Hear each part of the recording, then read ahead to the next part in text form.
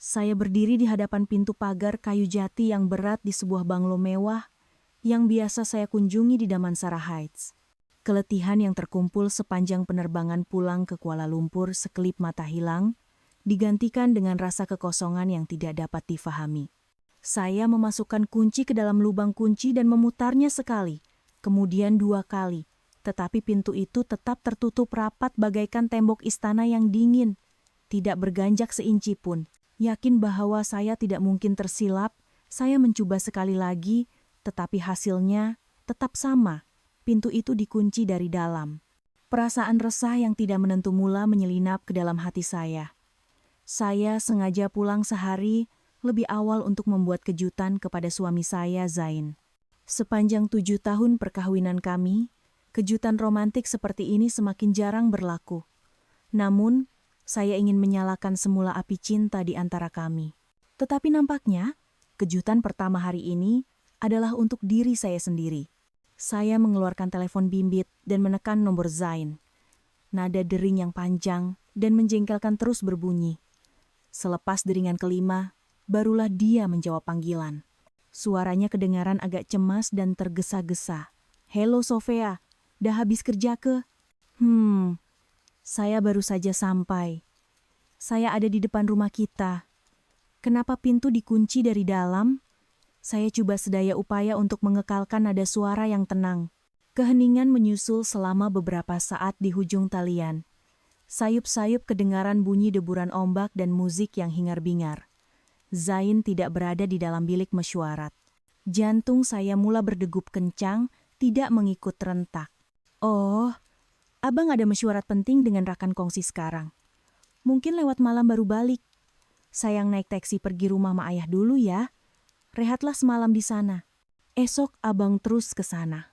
Suaranya penuh dengan kepalsuan, dan setiap patah perkataan yang diucapkannya bagaikan jarum yang menusuk kepercayaan saya. "Mesyuarat di mana sampai bising macam di tepi pantai?" Saya menyoal dengan nada mendesak. Rasa sejuk mula menjalar dari tulang belakang saya. "Ada mesyuarat di Port Dickson." "Alamak, bos panggilah. Abang letak dulu ya. Nanti malam abang telepon balik. Sayang awak." Dia tergesa-gesa menamatkan panggilan sebelum saya sempat bertanya lebih lanjut. "Sayang awak." 3 patah perkataan itu bergema di kepala saya. Kedengaran begitu jelik dan dibuat-buat. Walaupun sudah beribu kali saya mendengarnya sepanjang 7 tahun ini, tidak pernah sekalipun ia membuatkan saya rasa mual seperti hari ini. Dengan langkah yang longlai, saya menarik bagasi saya menuju ke arah pondok pengawal. Saya baru sahaja hendak memanggil taksi untuk ke rumah ibu bapak saya. Tiba-tiba, pengawal keselamatan banglo yang sedang membuat rondaan menyapa saya dengan ramah. Puan Sofia, dah balik dari outstation?" Nampak berseri-seri.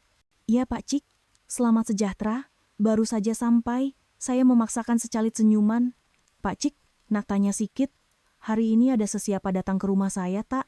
"Aik, Puan tak ikut sekali ke rombongan keluarga?" Pak Cik pengawal itu bertanya kembali dengan mata yang membulat kerana terkejut.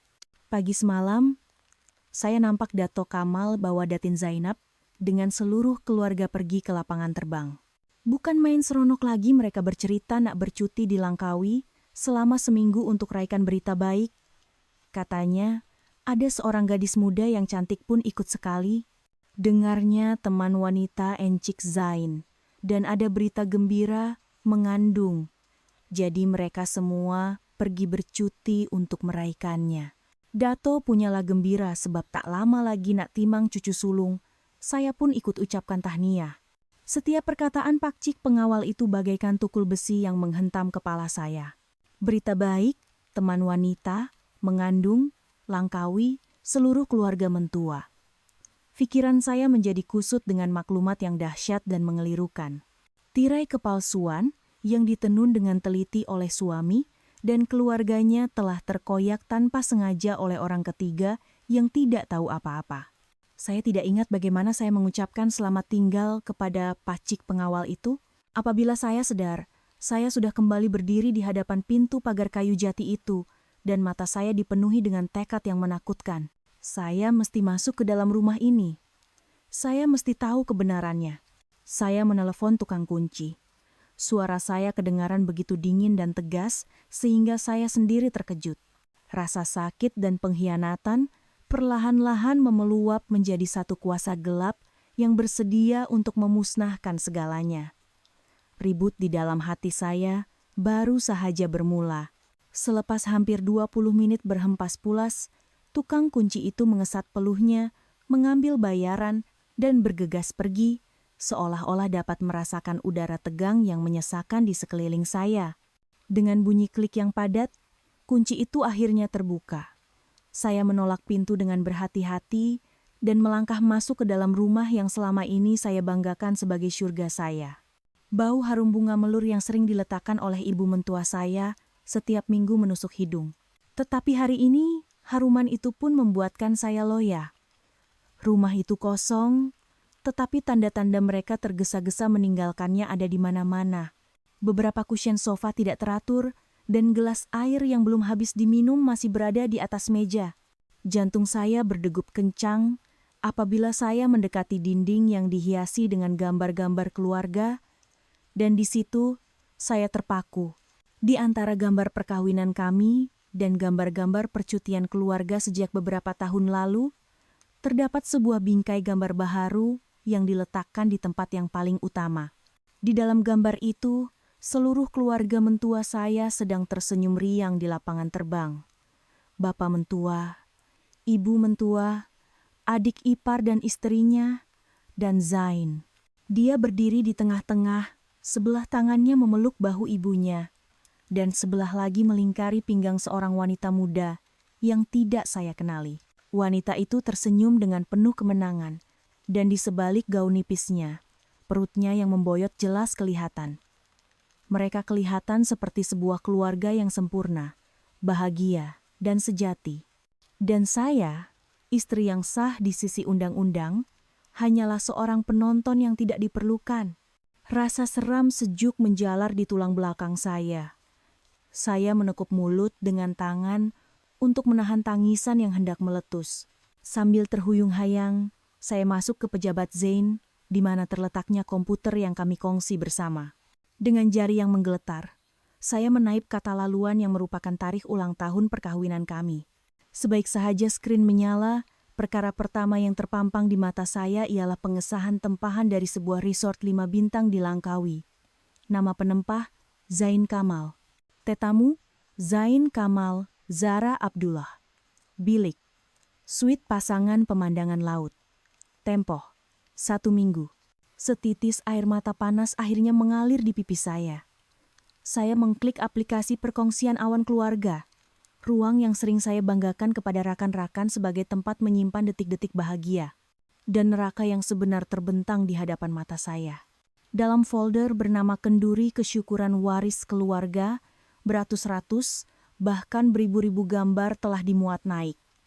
Gambar Zain menyuap makanan kepada wanita itu.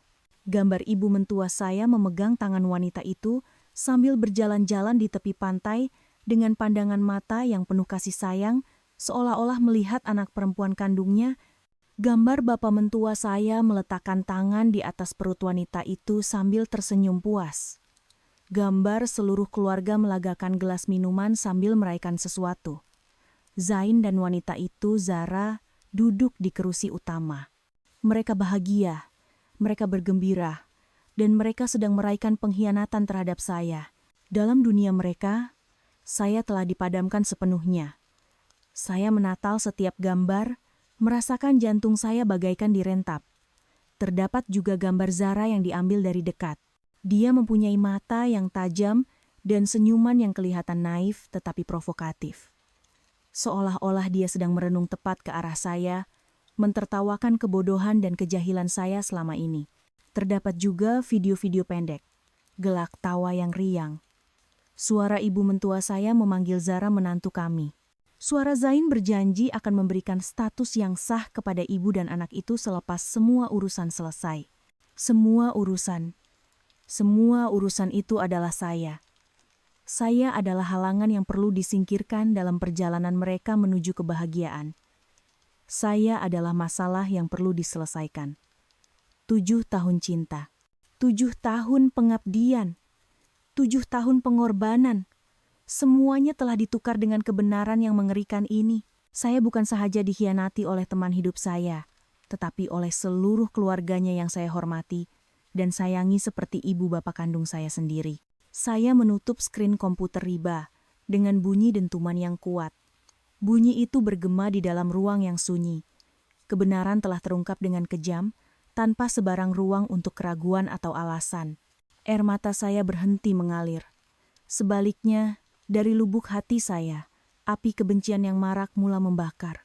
Jika mereka mahukan perang, maka peranglah yang akan mereka dapatkan. Sebuah perang yang saya tidak akan sekali-kali menjadi pihak yang kalah. Setelah kejutan awal berlalu, satu perasaan kosong yang menakutkan menyelubungi saya.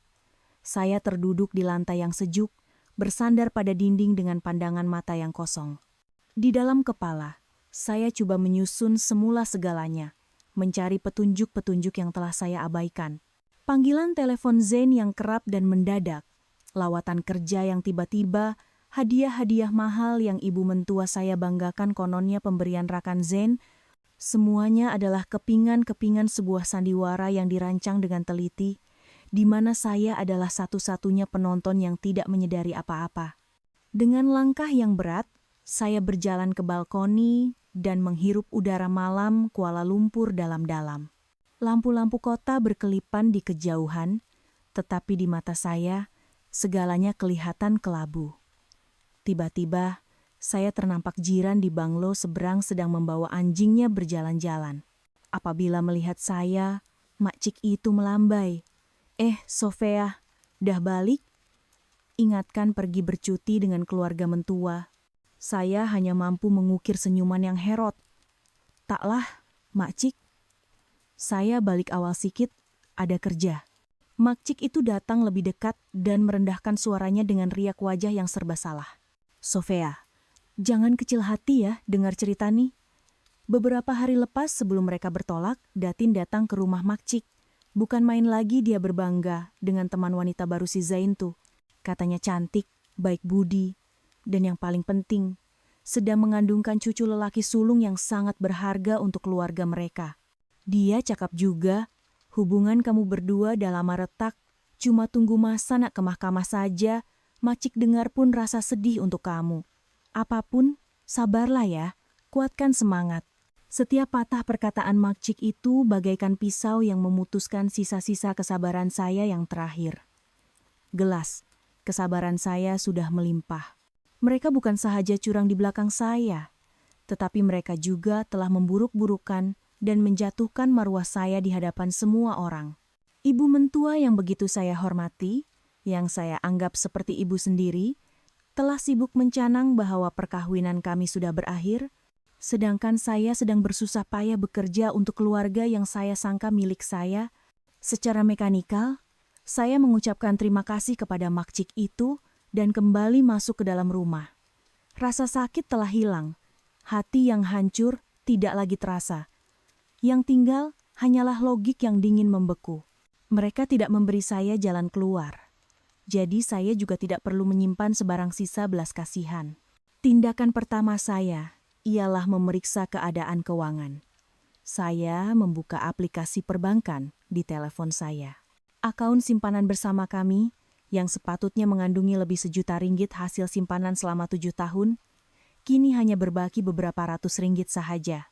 Sejarah transaksi dipenuhi dengan rekod pengeluaran dan pemindahan uang dalam jumlah yang besar sejak 2 bulan kebelakangan ini. Semuanya dilakukan pada tarikh-tarikh saya berada di luar negara atas urusan kerja. Nama penerima ialah nama yang tidak dikenali. Zara Abdullah. Bukan itu sahaja. Saya memeriksa kad kredit. Kad kredit, Zain hampir habis digunakan untuk membayar barangan mewah, bil restoran mahal, dan perbelanjaan percutian yang mewah. Dia telah menggunakan uang kami, hasil titik plus saya, untuk membiayai kehidupan mewahnya bersama perempuan simpanannya. Kemarahan saya memuncak. Saya bukan sahaja dicurangi, tetapi saya telah ditipu secara terang-terangan. Mereka telah merampas segala-galanya yang saya miliki dan merancang untuk menyingkirkan saya dengan tangan kosong. Seluruh badan saya menggeletar karena rasa benci dan hina. Tidak, aku tidak akan biarkan mereka menang. Saya duduk di meja di pejabat Zen dan membuka komputer riba saya. Jari jemari saya bergerak pantas dan tegas di atas papan kekunci. Saya mula mencari maklumat tentang peguam pakar perceraian dan prosedur undang-undang untuk melindungi aset. Kesakitan telah bertukar menjadi tindakan. Air mata telah memberi laluan kepada sebuah rancangan balas dendam yang teliti dan kejam. Mereka telah mengajar saya satu pelajaran yang mahal tentang pengkhianatan. Kini, tiba giliran saya untuk mengajar mereka tentang akibat. Malam di Kuala Lumpur telah berlabuh sepenuhnya, tetapi saya tidak dapat melelapkan mata walau sesaat. Banglo yang luas ini kini terasa seperti sebuah penjara yang dingin. Saya tidak sanggup tinggal di sini, walau sesaat pun lagi. Saya mengemas beberapa helai pakaian yang perlu dan dokumen-dokumen paling penting ke dalam sebuah bagasi kecil. Sebelum pergi, saya meninjau rumah itu buat kali terakhir. Gambar perkawinan kami yang tergantung di dinding seolah-olah mentertawakan saya. Tanpa teraga-aga, saya menurunkannya dan membuangnya ke dalam tong sampah. Putus. Saya harus memutuskan segalanya. Saya memandu tanpa arah tujuan. Air mata mengalir tanpa henti. Akhirnya, kereta saya berhenti di satu-satunya tempat yang dapat saya pikirkan pada saat ini. Rumah ibu bapak saya. Ibu terkejut melihat keadaan saya yang menyedihkan di tengah malam buta. Ibu memeluk saya erat-erat dan bertanya dengan cemas. "Sofia, kenapa nih nak? Apa dah jadi? Zain mana?" Saya tidak dapat berkata apa-apa. Saya hanya mampu menangis tersak-esak di dalam dakapan hangat ibu. Ayah yang keluar dari bilik bacaannya terus berubah air mukanya apabila melihat saya. Sebagai seorang peguam yang telah menghabiskan seumur hidupnya berdepan dengan pelbagai ragam manusia dan kes, ayah dapat merasakan dengan serta-merta bahwa sesuatu yang besar telah berlaku. "Masuk dulu. Apapun yang jadi, ceritakan perlahan-lahan pada ayah dan emak." Suara ayah rendah dan tenang. Mempunyai satu kuasa yang anehnya dapat menenangkan hati. Di bawah cahaya lampu kuning di ruang tamu, saya menceritakan segalanya. Dari pintu yang berkunci, percutian keluarga mentua ke Langkawi, perempuan simpanan yang mengandung, gambar-gambar, sehinggalah akaun bank yang kosong. Saya bermula dengan esakan, tetapi suara saya menjadi semakin jelas dan tegas. Tangisan awal telah bertukar menjadi kemarahan yang nyata. Setelah mendengar cerita saya, ibu menggeletar kerana marah. "Ya Allah, manusia jenis apa mereka nih? Satu keluarga berpakat tipu anak aku?" Kesiannya Sofia. Ibu menangis sambil memeluk saya. Ayah diam tidak bersuara. Dia duduk di kerusi malasnya, kedua-dua tangan bertaut dan pandangan matanya menjadi tajam. Keheningan ayah lebih menakutkan daripada 1000 leteran. Apabila cerita saya berakhir, ayah perlahan-lahan membuka mulut. Setiap patah perkataannya tegas. "Anak ayah, dengar sini baik-baik. Pertama, cukuplah menangis dan bersedih. Mulai saat ini, kamu mesti jadi kuat. Kamu tak buat salah apa-apa. Mereka yang salah, jangan sesekali biarkan diri kamu rebah." Saya mengangguk dan cepat-cepat mengesat air mata. "Kedua, sambung ayah, kita tak akan biarkan mereka terlepas. Ini bukan kes curang biasa. Ini kes penipuan, pecah amanah harta pencarian, dan ada unsur jenayah yang boleh didakwa. Ayah tak akan biarkan kamu dizalimi. Tapi ayah, apa yang Sofia kena buat sekarang?" Saya bertanya dengan suara yang masih serak. "Perkara pertama yang kamu kena buat ialah cari peguam yang cekap. Peguam yang sangat-sangat cekap." Ayah memandang tepat ke mata saya. "Perkara ini tak boleh diselesaikan dengan emosi lagi. Kita kena selesaikannya melalui undang-undang. Kamu ingat Haris, anak kawan baik ayah, Uncle Hamid? Dia sekarang salah seorang peguam terbaik di Kuala Lumpur dalam bidang perceraian dan pertikaian harta. Dia tajam, tegas, dan tak akan biarkan kamu rugi. Haris, saya ingat dia. Kami rakan sekelas di sekolah menengah dan agak rapat. Haris bijak dan cerdas, tetapi juga sangat lantang. Saya dengar dia melanjutkan pelajaran ke luar negara, menjadi peguam dan sangat berjaya. Sudah lama kami tidak berhubung. Ayah akan telepon dia. Dia pasti akan datang segera. Sementara itu, kamu rehatlah. Pertarungan ini akan jadi panjang, jadi kamu kena simpan tenaga. Semangat ayah yang membara. Dan kasih sayang, ibu memberi saya kekuatan. Saya tidak lagi keseorangan. Saya mempunyai keluarga yang menyokong saya, sebuah pakatan kukuh yang baru saja terbentuk. Malam ini, di bawah lindungan ibu bapa saya akan tidur di dalam bilik zaman kanak-kanak saya. Dan esok, apabila matahari terbit, saya akan memulakan perang saya. Perang untuk menuntut keadilan, marwah, dan segala-gala yang menjadi hak saya. Tidak sampai sejam selepas ayah membuat panggilan telepon, loceng pintu berbunyi. Haris tiba lebih cepat daripada yang saya sangkakan. Rakan lama saya yang kurus dan tinggi, lampai dengan cermin mata berbingkai tebal itu, kini telah menjadi seorang lelaki dewasa yang segak bergaya dalam sut jenama mewah. Hanya pandangan matanya yang tajam dan menusuk di sebalik cermin mata itu yang masih sama seperti dahulu. Uncle, Auntie, apa kabar? Dan Sofia. Haris menundukkan kepalanya sebagai tanda hormat kepada ibu bapa saya, kemudian memandang ke arah saya. Sekilas, ada riak simpati di matanya. Tetapi, ia cepat-cepat bertukar menjadi fokus seorang profesional. Uncle dah ceritakan serba sedikit. Sofia, kita terus ke pokok persoalan. Sekarang bukan masanya untuk bersedih, tapi masanya untuk bertindak. Saya perlu dengar keseluruhan cerita. Sedetail yang mungkin, jangan tertinggal satu pun. Duduk berhadapan dengan Haris. Saya menceritakan segalanya sekali lagi. Kali ini, tiada air mata atau esakan, hanya kenyataan yang jelas dan dingin. Saya menunjukkan kepadanya gambar-gambar, pengesahan tempahan, dan tangkapan skrin penyata akun bank yang telah saya simpan. Ayah duduk di sebelah, sesekali menambah beberapa butiran dari sudut pandang seorang ahli undang-undang yang lebih senior. Sambil mendengar, Haris menaip sesuatu dengan pantas pada tabletnya. Semakin lama dia mendengar, semakin serius riak wajahnya. Apabila cerita saya selesai, Haris mengangkat kepala. Pandangan matanya tajam seperti bilah pisau. Keadaan ini lebih serius daripada yang saya sangkakan, kata Haris dengan terus terang. Ini bukan sekadar tuntutan perceraian, kerana orang ketiga. Ini adalah satu kes penipuan yang terancang. Mereka merancang dengan teliti untuk merampas harta kamu. Tapi, mereka telah melakukan satu kesilapan besar. Mereka terlalu angkuh sehingga meninggalkan terlalu banyak bukti. Haris memusingkan skrin tabletnya ke arah saya. Di atasnya, terdapat sebuah peta minda yang dilukis dengan jelas. Ini strategi kita. Kita akan serang dari 3 penjuru.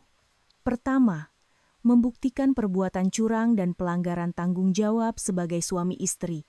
Gambar, video, keterangan jiran, dan email tempahan sudah lebih daripada cukup. Kita boleh dakwa dia kerana hidup bersama dengan orang lain seolah-olah suami istri. Mungkin ada tindakan jenayah yang boleh diambil. Jantung saya berdegup kencang. Tindakan jenayah, saya tidak pernah terfikir untuk mengheret Zain sejauh itu. Tetapi, bayangan dia memeluk perempuan simpanannya, bayangan keluarganya yang tersenyum riang di atas penderitaan saya, terlintas di pikiran. Keraguan di dalam diri saya hilang. Kedua, sambung Haris. Dan ini yang paling penting, isu keuangan. Kita perlu buktikan bahwa Zain telah menggelapkan harta sepencarian, menyalahgunakan dana syarikat, dan kemungkinan besar memalsukan tanda tangan kamu untuk membuat pinjaman. Kamu kata dia CEO syarikat keluarga, kan? Saya perlukan semua maklumat tentang syarikat itu. Kita akan menuntut audit forensik bebas. Saya syak dia menggunakan uang syarikat untuk membeli rumah atau kereta untuk perempuan simpanan itu. Macam mana kita dapatkan semua maklumat tuh? Saya bertanya dengan bimbang. Tiba-tiba, loceng pintu berbunyi lagi. Ibu membuka pintu, dan yang masuk ialah sepupu saya, Imron. Walaupun dia berpakaian biasa, langkah dan gayanya tidak dapat menyembunyikan profesionnya sebagai seorang anggota polis. "Pak, long telepon saya terus datang," kata Imran sambil memandang saya dengan pandangan yang risau. "Kau oke tak, Fea?" "Aku oke." Saya mengangguk. "Abang Imran, eloklah abang datang. Kami perlukan bantuan abang sekarang." Ayah menerangkan situasi itu secara ringkas kepada Imran. Selepas mendengar, riak wajah Imran menjadi tegang. Dia menepuk bahu saya dan beralih kepada Haris. "Apa yang boleh saya bantu? Cakap saja." "Bantuan abang sangat diperlukan. Sangat banyak." Haris tersenyum sinis.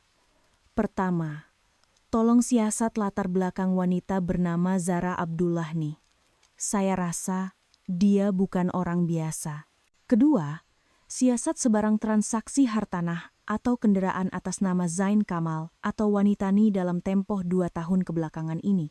Ketiga, kalau boleh, coba risik-risik maklumat daripada beberapa kaki tangan di bahagian akaun syarikat Kamal Holdings." Tanpa teragak-agak, Imran mengangguk. "Baik, ini hal keluarga. Dalam masa 24 jam, saya akan berikan maklumat awal. Si Zain tuh, tak payah siasat pun dah tahu perangai buaya darat dia. Memang terkenal kaki perempuan. Cuma Sofia seorang saja yang tak tahu." Kata-kata sepupu saya itu bagaikan satu lagi tusukan di hati saya. Tetapi ia adalah tusukan yang perlu untuk menyadarkan saya. Dan serangan ketiga, Haris membuat kesimpulan, adalah serangan psikologi. Kita perlu bertindak dengan sangat pantas dan mengejut, supaya mereka tidak sempat berbuat apa-apa. Sementara mereka berseronok di Langkawi, kita akan pasang perangkap yang sempurna di Kuala Lumpur. Apabila mereka pulang, tiada apa-apa lagi yang akan tinggal untuk mereka. Malam itu, lampu di ruang tamu rumah ibu bapa saya menyala sehingga lewat malam. Ia telah bertukar menjadi sebuah pusat arahan strategik. Ayah, seorang peguam berpengalaman, bertindak sebagai penasihat strategi. Haris, sebagai komander utama yang merancang setiap serangan dengan teliti. Imran, sebagai unit perisikan yang mengumpul maklumat. Dan saya, mangsa yang menderita, telah menjadi kat tersembunyi dalam perang ini. Api kebencian di dalam diri saya tidak lagi membakar diri sendiri, tetapi menyala terang untuk menerangi jalan serangan balas yang bakal tiba. Keesokan paginya, ketika saya, Haris, dan ayah sedang meneliti dokumen, telepon saya berdering. "Zain." Jantung saya terasa seperti hendak luruh. Rasa mual naik ke kerongkong. Saya memandang Haris dengan pandangan meminta bantuan. Haris memberi isyarat supaya saya bertenang dan berbisik di telinga saya. Jawab panggilan tuh. "Berlakon dengan baik. Kamu adalah istri yang risau. Jangan timbulkan sebarang syakwa sangka. Kalau boleh menangis, lagi bagus. Panjangkan perbualan dan pasang pembesar suara." Saya menarik nafas dalam-dalam untuk mengawal emosi. Saya menekan butang jawab dan sengaja menggunakan suara yang bergetar. "Helo, abang." "Sayang, dah bangun?" "Maaf, semalam abang sibuk sangat. Tak sempat nak telepon balik." Suara Zain di hujung talian masih kedengaran manis dan penuh kepura-puraan. "Tak apa, Fea risaukan abang."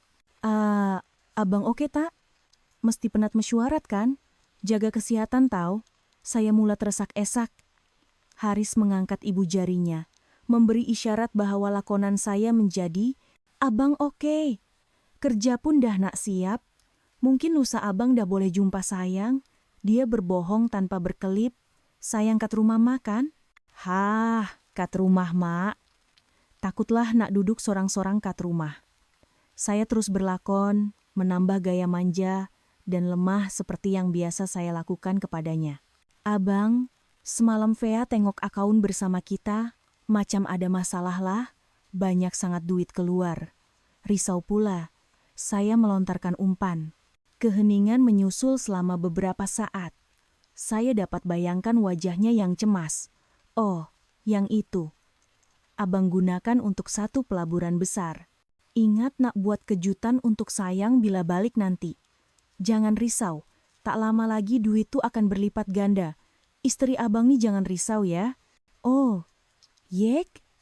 Alhamdulillah. Ingatkan ada masalah apa tadi? Kalau macam tuh, abang kerja elok-elok ya. Fea tak nak ganggu. Sayang abang. Sebaik sahaja panggilan tamat, saya terasa lemah seluruh badan, seolah-olah baru sahaja selesai berperang.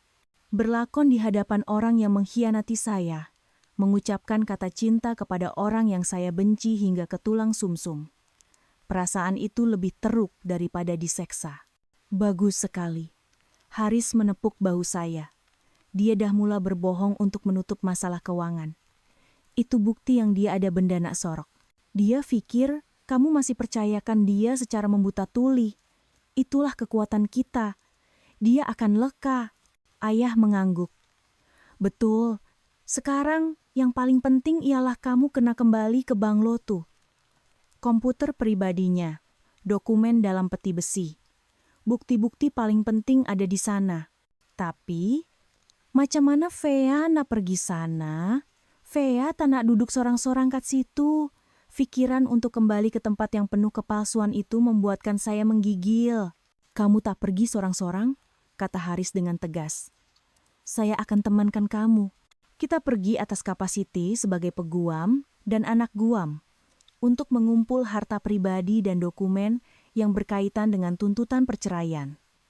Sepenuhnya sah di sisi undang-undang, lagipun saya dah upah seorang pakar. Dia akan salin semua data dalam komputer Zain, termasuk file yang dah dipadam. Kita tak akan terlepas satupun. Rancangan diatur dengan pantas. Petang ini, saya dan Haris akan kembali ke lokasi kejadian. Saya perlu berdepan semula dengan kenangan dan kesakitan di tempat itu.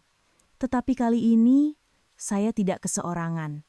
Tempat di mana saya dikhianati akan menjadi tempat bermulanya kejatuhan mereka. Lakonan sempurna saya baru sahaja bermula. Dan watak istri yang naif dan lemah ini akan saya teruskan sehingga ke saat akhir. Sehingga tirai dilabuhkan, dan orang-orang yang bersalah menerima padanya. Petang itu, saya kembali ke Banglo itu bersama Haris dan seorang pakar IT. Udara di dalamnya masih terasa dingin dan menyesakkan seperti malam semalam. Sementara pakar itu menyalin data dari komputer Zain, saya dan Haris menggeledah pejabatnya dengan teliti. Kami menemui sebuah peti besi kecil yang tersembunyi di sebalik sebuah lukisan kaligrafi di dinding. Tahu kata laluan? Tanya Haris. Saya menggeleng, tetapi tiba-tiba satu siri nomor terlintas di pikiran saya. Hari jadi perempuan simpanan itu. Saya teringat pernah melihatnya dalam salah satu dokumen di komputer. Dengan tangan yang menggeletar, saya menekannya. Peti besi itu terbuka dengan bunyi klik, di dalamnya tidak banyak uang tunai, tetapi penuh dengan surat perjanjian pinjaman dan dokumen yang tidak pernah saya lihat. Yang lebih mengerikan, pada ruangan tanda tangan peminjam dan penjamin, nama saya telah dipalsukan dengan tulisan yang kekok. Jantung saya terasa seperti berhenti berdegup. Zain bukan sahaja menipu saya, tetapi dia juga coba meletakkan saya dalam hutang berbilion ringgit dan menjadikan saya seorang penjenayah. Haris mengambil gambar setiap dokumen dengan teliti. Ini dia, bukti yang tak boleh disangkal lagi. Katanya, tidak dapat menyembunyikan kemarahannya bagi pihak saya. Memalsukan tanda tangan untuk mengambil pinjaman adalah satu jenayah yang jelas. Kali ini, keluarga Kamal tak akan terlepas. Kami mengambil segala-galanya dan segera meninggalkan tempat itu. Sebaik sahaja tiba di rumah ibu bapak saya, belum sempat saya minum air. Loceng pintu berbunyi dengan kuat. Ibu melihat skrin interkom dan wajahnya menjadi tegang. Ibu mentua kamu. Saya dan ayah saling berpandangan. Kemudian melihat ke arah Haris. Haris tersenyum sinis, mengambil telepon bimbit saya, menghidupkan aplikasi rekaman suara, dan senyap-senyap memasukkannya ke dalam poket baju saya. Dah sampai pun, drama yang menarik akan bermula. Bertenang, biarkan dia bercakap. Semakin banyak dia bercakap, semakin banyak kesilapan yang akan dia buat. Apabila ibu membuka pintu, ibu mentua saya, Datin Zainab, meluru masuk seperti ribut. Berbeza dengan penampilannya yang sentiasa anggun dan bergaya, hari ini dia kelihatan selekeh dan penuh amarah. Sebaik sahaja melihat saya, Tanpa sepatah kata sapaan kepada ibu bapak saya, dia terus menuding jari ke muka saya. Kau buat apa kat sini? Siapa benarkan kau datang sini? Datin, ini rumah ibu bapak saya. Kalau saya tak datang sini, saya nak pergi mana lagi? Saya coba mengekalkan nada suara yang tenang. Kau masih panggil aku Datin? Aku tak pernah ada menantu macam kau, jeritnya. Aku udah dengar semuanya dari Zain. Duduk rumah goyang kaki, cemburu buta tak tentu pasal. Kau tak layak untuk anak aku. Ayah bingkas bangun, wajahnya merah padam. Puan, jaga sikit mulut tuh. Ini rumah saya. Dan anak saya bukan orang yang Puan boleh hina sesuka hati. Amboi, biarlah anak nampak. Ibu mentua saya mencemik, biar saya beritahu kamu semua. Anak saya Zain dah jumpa pasangan yang lebih baik. Cik Zara tuh cantik, baik, dan akan lahirkan cucu sulung yang berharga untuk keluarga kami. Anak perempuan kamu nih, eloklah berundur secara senyap. Jangan sampai saya buat perkara yang tak elok. Dia melemparkan sekumpulan kertas ke atas meja. Ini surat perjanjian cerai yang aku dah siapkan. Tanda tangan. Aku bagi 1 unit kondominium bernilai 2 juta sebagai pampasan. Anggap saja sebagai pampasan untuk masa muda kau yang dah terbuang. Ambil nih dan hilang dari depan mata aku. Jangan sampai kau hilang kerja di syarikat penerbitan tuh. Dengan 1 panggilan telepon saja, aku boleh buat kau kena buang kerja. Saya melihat surat perjanjian cerai yang murah itu dan wajah angkuh wanita yang pernah saya hormati dengan sepenuh hati. Kemarahan membuak-buak hingga ke kerongkong, tetapi saya teringat akan pesanan Haris. Saya menarik nafas dalam-dalam, memandang tepat ke matanya, dan berkata dengan suara yang jelas dan dingin, Datin dah habis cakap? Kalau dah, silakan balik. Saya tak akan tanda tangan surat ini, dan saya tak akan ambil harta tuh. Dan tentang perceraian, kita jumpa di mahkamah. Apa? Dia kelihatan terkejut. Dia tidak pernah menyangka menantunya yang sentiasa lemah lembut dan patuh berani bercakap dengannya dengan nada seperti itu. Ketika dia hendak menjerit dan memaki Hamun lagi, Haris keluar dari bilik. Di tangannya terdapat telepon bimbit dengan skrin rakaman yang sedang berjalan. Selamat petang Datin Zainab. Saya Haris, peguam bagi Puan Sofia. Sejak Datin melangkah masuk ke rumah ini, semua perbualan Datin, termasuk ugutan dan paksaan, telah direkam. Saya rasa ini akan menjadi bahan bukti yang sangat menarik di mahkamah nanti. Terima kasih karena sudi datang dari jauh untuk memberikan kami hadiah ini. Wajah ibu mentua saya bertukar dari merah padam menjadi pucat lesi. Dia tergagap-gagap, menuding jari ke arah kami, sebelum terhuyung hayang dan beredar. Sempat lagi, dia melemparkan kata-kata kesat sebelum pergi. Pintu dihempas kuat. Saya terduduk di atas kerusi. Seluruh badan saya menggeletar. Haris mematikan rakaman dan tersenyum kepada saya. Bukti datang cari kita sendiri. Langkah seterusnya, kita pergi berkenalan dengan bakal Datin pula. Petang itu, Imran menghantar sebuah file tebal kepada Haris. Maklumat tentang Zara Abdullah terdedah sepenuhnya. Dia berumur 24 tahun, berasal dari sebuah bandar kecil, berhenti belajar awal, dan datang ke Kuala Lumpur. Pekerjaannya tidak jelas, tetapi sejarah perhubungannya sangat berwarna-warni. Dia pakar dalam menjalinkan hubungan dengan lelaki kaya pertengahan umur yang sudah berkahwin. Zain bukan mangsa pertamanya dan mungkin bukan yang terakhir. Seperti yang dijangka oleh Haris, dia seorang sugar baby profesional, kata Imran. Yang lebih penting, Imran berjaya mendapatkan alamat kondominium mewah yang dibelikan oleh Zain untuk Zara. Ia terletak di sebuah kediaman mewah di tengah-tengah Kuala Lumpur dan didaftarkan atas nama Zara Abdullah. Tetapi, semua bayarannya dibuat dari akaun syarikat Kamal Holdings di bawah nama Kos Project. Satu lagi pertuduhan ditambah, pecah amanah dan penyelewengan dana syarikat, kata Haris sambil mengetuk-ngetuk file itu dengan jarinya. Sofia, kamu nak pergi ke sana? Saya rasa lebih baik kamu pergi sendiri. Kita perlukan lebih banyak bukti yang mereka tinggal bersama seperti suami istri. Sejujurnya, saya tidak mau pergi. Saya tidak mau bersemuka dengan orang yang telah merosakkan rumah tangga saya. Tetapi, akal saya mengatakan saya perlu pergi untuk memusnahkan sepenuhnya sisa-sisa ilusi yang masih ada dan untuk menukar kesakitan menjadi kekuatan mutlak. Saya perlu melihatnya dengan mata kepala saya sendiri. Saya akan pergi, kata saya dengan tegas. Keesokan harinya, saya memandu seorang diri ke alamat itu. Haris menunggu di sebuah kafe berdekatan, bersedia untuk memberikan bantuan jika saya memerlukannya. Saya berdiri di hadapan pintu apartemen di tingkat 25 itu dan menarik nafas dalam-dalam untuk menenangkan diri. Tetapi apabila saya melihat apa yang terlekat pada pintu itu, seluruh ketenangan saya berkecai. Ia adalah sebuah papan nama kayu kecil dengan ukiran laser yang kemas, kediaman keluarga Zain. Mereka langsung tidak coba menyembunyikannya. Mereka secara terbuka hidup seperti suami istri, membina mahligai baharu di atas runtuhan rumah tangga saya.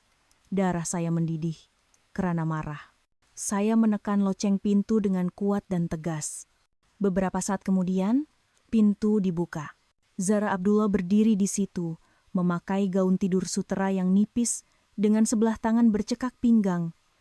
Dia memandang saya dari atas ke bawah dan pandangan matanya bertukar menjadi pandangan yang menghina. Dia lebih cantik daripada di dalam gambar. Kecantikan yang tajam dan penuh perhitungan. Ya, cari siapa? Suaranya dingin dan tajam. Saya Sofia, istri Zain Kamal. Saya menyebut setiap perkataan dengan penekanan. Zara ketawa sinis. Oh, Puan Sofia rupanya. Dah banyak saya dengar tentang Puan. Ada apa datang sini? Zain tak ada. Dia sibuk siapkan persiapan percutian keluarga untuk saya dan anak kami. Saya datang bukan nak cari dia. Saya datang nak cari awak. Cari saya? Zara mengangkat keningnya. Nak buat apa? Nak tarik rambut saya? Aduh, Puan. Zaman bila lagi main tarik-tarik rambut nih. Salahkan diri sendiri sebab tak pandai jaga suami. Puan ingat Puan yang dah tua dan tak boleh bagi zuriat nih boleh dibandingkan dengan saya ke. Setiap patah perkataannya bagaikan jarum yang menusuk daging. Tetapi saya tidak marah. Saya memandang tepat ke arah perutnya, kemudian ke matanya dan tersenyum dingin. Saya datang bukan nak tarik rambut. Saya datang nak sampaikan beberapa berita. Pertama, saya dan Zain Kamal masih suami istri yang sah di sisi undang-undang. Awak dan dia tinggal bersama secara terbuka macam ni, boleh dikenakan tindakan undang-undang. Papan nama kediaman keluarga Zain ni akan jadi bukti yang sangat bagus. Riak wajah angkuh, Zara sedikit berubah. Kedua, saya menyambung, rumah ini dibeli dengan menggunakan uang syarikat yang diselewengkan.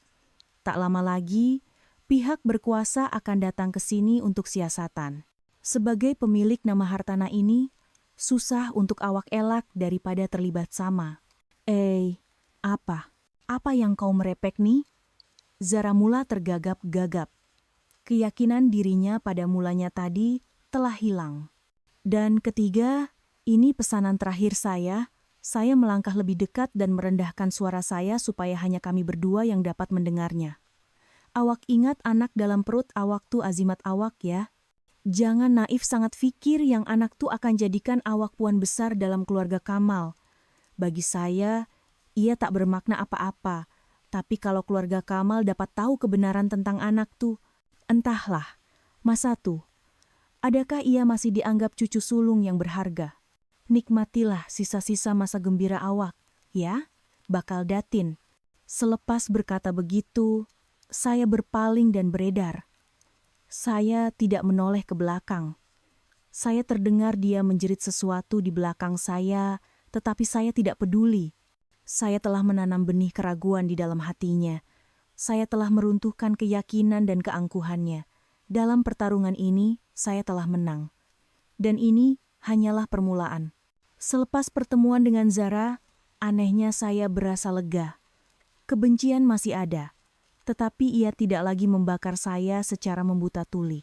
Kini, ia adalah api yang terkawal, sumber tenaga untuk melaksanakan langkah seterusnya. Keesokan paginya, saya dan Haris pergi ke bank. Atas nasihatnya, Saya segera meminta semua akun bersama dan kad kredit keluarga yang digunakan oleh Zain dibekukan. Pada mulanya, pegawai bank itu teragak-agak, tetapi apabila Haris menunjukkan sijil perkawinan dan bukti awal penyelewengan harta oleh Zain, dia bekerja sama dengan pantas. Baki simpanan saya yang tidak seberapa itu dipindahkan ke akun baharu atas nama saya seorang. Ini adalah langkah pertama untuk memotong sumber keuangannya, jelas Haris. Tanpa uang, dia tidak lagi dapat mengekalkan kehidupan mewah bersama perempuan simpanannya, dan dia akan mula panik. Langkah seterusnya adalah lebih berani. Melalui sebuah firma perakaunan bebas yang dipercayai dan disyorkan oleh ayah, Haris menghantar surat permintaan rasmi kepada syarikat Kamal Holdings. Surat itu menuntut penyerahan salinan semua buku akun syarikat untuk 3 tahun kebelakangan ini bagi tujuan audit. Sebagai istri yang sah kepada pengarah syarikat dan pihak yang berkepentingan, saya mempunyai hak untuk berbuat demikian. Surat itu juga menyatakan bahwa jika syarikat gagal memberikan kerjasama, kami akan memfailkan saman dan memohon campur tangan mahkamah. Ini adalah serangan langsung terhadap sumber pendapatan seluruh keluarga Kamal. Seperti yang dijangka oleh Haris, hasilnya datang dengan pantas. Petang itu, ketika saya sedang menyelesaikan baki kerja di pejabat, telepon saya berdering tanpa henti. Zain. Saya membiarkannya berdering lama sebelum menjawab dengan nada seolah-olah baru bangun tidur. Halo Sofia, tengah tidur ke? Penat sikit. Jadi tertidur tadi. Kenapa bang? Saya sengaja menguap. Sofia, gawat nih. Suara Zain tidak lagi kedengaran manis. Sebaliknya penuh dengan panik yang sebenar. Kad abang, semua kad abang kena sekat. Abang tak boleh keluarkan duit, tak boleh bayar apa-apa. Coba sayang periksa akun sayang, oke tak? Peliknya. Saya berpura-pura terkejut. Jap, Vea periksa. Alamat akun bersama kita pun kena beku jugalah. Mungkin ada kesilapan teknikal kad bangkot bang. Atau mungkin pelaburan besar yang abang cakap tuh ada masalah. Jadi pihak bank bekukan sementara untuk siasatan? Saya dengan licik meletakkan kesalahan itu kepadanya. Keheningan menyusul. Saya pasti dia sedang berpeluh dingin. Cerita rekaan tentang pelaburan besarnya kini memakan dirinya sendiri. Mungkin juga, Zain berkata dengan suara yang cemas. Nanti abang telepon bang tanya. Tapi, Sofia, hari ini ada firma audit datang syarikat, abang minta buku akun. Sayang, ada buat apa-apa ke? Audit? Mana ada? Saya menjawab dengan naif. Syarikat kita kan syarikat yang dipercayai, mungkin audit berkala biasalah tuh. Abang jangan risau sangatlah. Bersenang-senanglah bercuti. Hal-hal di sini, biar Vea yang uruskan. Saya menamatkan panggilan dan tersenyum dingin. Biar Vea yang uruskan. Ya, saya akan uruskan awak dan keluarga awak dengan begitu teliti. Saya akan potong setiap tentakel sotong kurita awak, sehingga awak lemas di dalam paya kepalsuan dan ketamakan yang awak cipta sendiri, serangan balas pertama berjaya dengan cemerlang. Kini, tiba masanya untuk melihat bagaimana ikan yang telah termakan umpan itu meronta-ronta. Beberapa hari berikutnya, Zain terus-menerus menelepon. Kadang-kadang dia memujuk dengan kata-kata manis, kadang-kadang dia memarahi dan menyoal siasat. Tetapi setiap kali, saya memainkan peranan sebagai istri naif yang tidak tahu apa-apa dengan sempurna. Sementara itu, di Kuala Lumpur, jentera balas dendam kami beroperasi dengan lancar dan kejam. Pada suatu petang, Haris menelepon saya dengan suara yang cemas. Sofia, ada maklumat baru. Si Zain tuh coba nak daftarkan alamat ibu bapa dan keluarga adiknya ke banglo kamu. Jantung saya terasa seperti hendak luruh. Untuk apa? Untuk apa lagi? Untuk menghalalkan tuntutan mereka ke atas rumah tuh? Suara Haris menjadi tajam. Banglo tuh memang harta sepencarian, tapi gerannya atas nama kamu seorang. Kalau alamat pada kad pengenalan seluruh keluarganya didaftarkan di situ, nanti di mahkamah, mereka boleh gunakannya sebagai alasan. Kononnya itu satu-satunya kediaman keluarga. Mereka banyak menyumbang kepada pengubah suaian rumah dan macam-macam lagi alasan yang boleh direka. Kita kena hentikan ini segera. Macam mana? Saya bertanya dengan bimbang. Jangan risau. Saya dah agak perkara ini akan berlaku. Dan sekaranglah masanya untuk kita gunakan kad truf kita, kata Haris dengan yakin. Ingat tak dokumen pinjaman dengan tanda tangan palsu yang kita jumpa dalam peti besi? Itu bukan sahaja bukti penipuan, tetapi juga bukti kepribadian tidak jujur seluruh keluarga itu. Kita bukan sahaja akan halang pendaftaran alamat baru mereka. Kita akan buatkan rekod pendaftaran sedia. Ada mereka dibekukan. Rekod pendaftaran dibekukan? Saya tergamam. Itu adalah satu serangan yang sangat dahsyat. Ia akan menjadikan seluruh keluarga itu seperti warga negara tanpa status. Mereka tidak akan dapat melakukan sebarang urus niaga sivil dari jual beli, perjalanan, sehinggalah mendapatkan rawatan di hospital. Boleh kebuat macam tuh? Suara saya bergetar. Bagi orang lain mungkin susah, tapi bagi kita, boleh. Haris ketawa. Sepupu kamu, Inspektor Imran, itulah kuncinya. Keesokan paginya, saya, Haris, dan Imran pergi ke Ibu Pejabat Jabatan Pendaftaran Negara, JPN. Imran menggunakan kedudukan dan kenalannya untuk mengatur pertemuan terus dengan salah seorang pengarah di sana. Di dalam pejabat pengarah yang suasananya serius, saya menceritakan segala-galanya, dari perbuatan curang Zain, penipuan harta, sehinggalah komplot mereka untuk merampas banglo saya. Haris, sebagai peguam, menambah hujah-hujah perundangan yang tajam. Tetapi, pukulan yang paling muktamat ialah fail yang diletakkan oleh Imran di atas meja. Tuan, ini adalah bukti-bukti bagaimana Encik Zain Kamal telah beberapa kali memalsukan dokumen dan tanda tangan istri beliau, Puan Sofia, untuk menjalankan urus niaga dan pinjaman haram bernilai jutaan ringgit. Perbuatan ini menunjukkan niat jahat beliau untuk menipu dan mendapatkan keuntungan secara tidak sah. Pada masa ini, keluarga Kamal sedang coba mendaftarkan alamat kediaman mereka ke alamat kediaman Puan Sofia untuk merampas harta beliau. Kami mempunyai asas untuk mempercayai bahwa pendaftaran kediaman sedia, ada keluarga ini juga mungkin mempunyai unsur-unsur yang tidak telus.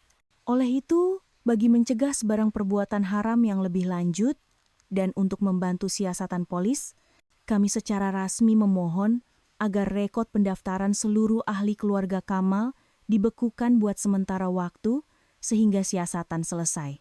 Pengarah itu meneliti file tersebut, dan wajahnya menjadi semakin tegang. Dia memandang saya dengan pandangan yang penuh simpati sebelum mengangguk ke arah Imran. Baiklah, Inspektor, perkara ini saya akan uruskan sendiri. Jangan bimbang. Kami akan mengambil tindakan yang sewajarnya mengikut undang-undang dan peraturan.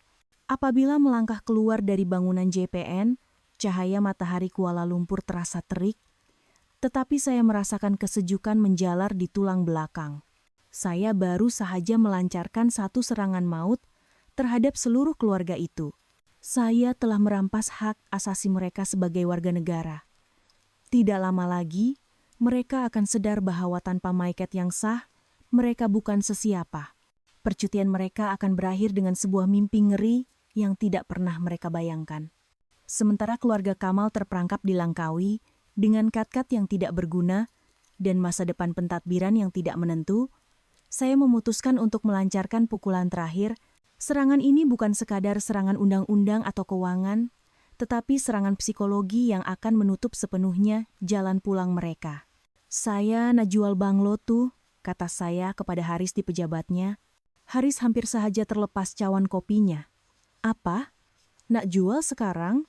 Ya, jual segera, kata saya dengan suara yang tidak berbelah bahagi. Itu harta atas nama saya. Rekod pendaftaran mereka dah dibekukan. Mereka tak ada cara nak halang saya. Saya nak, bila mereka balik nanti. Yang menyambut mereka bukan rumah yang mereka kenal, tapi pintu pagar yang sudah bertukar pemilik. Haris memandang saya dengan pandangan yang bercampur antara terkejut dan kagum. Kamu ni memang kejam, tapi saya suka. Ini langkah yang paling bijak. Dengan menjual rumah tuh, bukan saja kamu dapatkan tunai untuk mulakan hidup baru, tapi kamu juga musnahkan sepenuhnya simbol kejayaan dan tempat yang mereka anggap sebagai syurga mereka. Ia akan meranapkan semangat mereka. Tapi, Bukan senang nak jual rumah bernilai hampir 10 juta dalam masa sehari dua, kata ayah yang turut berada di situ, menyuarakan kebimbangannya. Saya tak akan jual dengan harga pasaran, jawab saya. Saya akan jual dengan harga 8 juta. Dengan syarat, urus niaga selesai dalam masa seminggu, pasti ada orang kaya yang perlukan rumah segera, dan tak kisah berbelanja lebih. Saya nak selesaikannya dengan pantas, sebelum mereka sempat berbuat apa-apa. Rancangan itu dilaksanakan serta-merta. Melalui rangkaian kenalan Haris dan ayah, berita tentang sebuah banglo mewah di lokasi utama yang dijual segera dengan harga yang sangat menarik tersebar di kalangan ejen hartanah mewah. Seperti yang saya jangkakan, dalam masa 2 hari, seorang usahawan dalam industri perdagangan antara bangsa menghubungi kami. Dia amat memerlukan sebuah kediaman yang gah untuk menyambut rakan niaga dari luar negara dan tertarik dengan lokasi banglo serta harganya yang sangat berpatutan. Seminggu kemudian, saya duduk di pejabat peguam, menandatangani surat perjanjian jual-beli. Ketika saya menulis nama saya di atas kertas itu, pelbagai perasaan bercampur baur. Disitulah tempat saya membina kenangan indah dan mengimpikan sebuah keluarga yang bahagia. Tetapi, di situ jugalah pengkhianatan berputik dan membesar. Kini, dengan tangan saya sendiri, saya memadamkannya. Tiada penyesalan. Hanya rasa lega seperti orang yang telah melepaskan satu bebanan yang berat, 8 juta ringgit.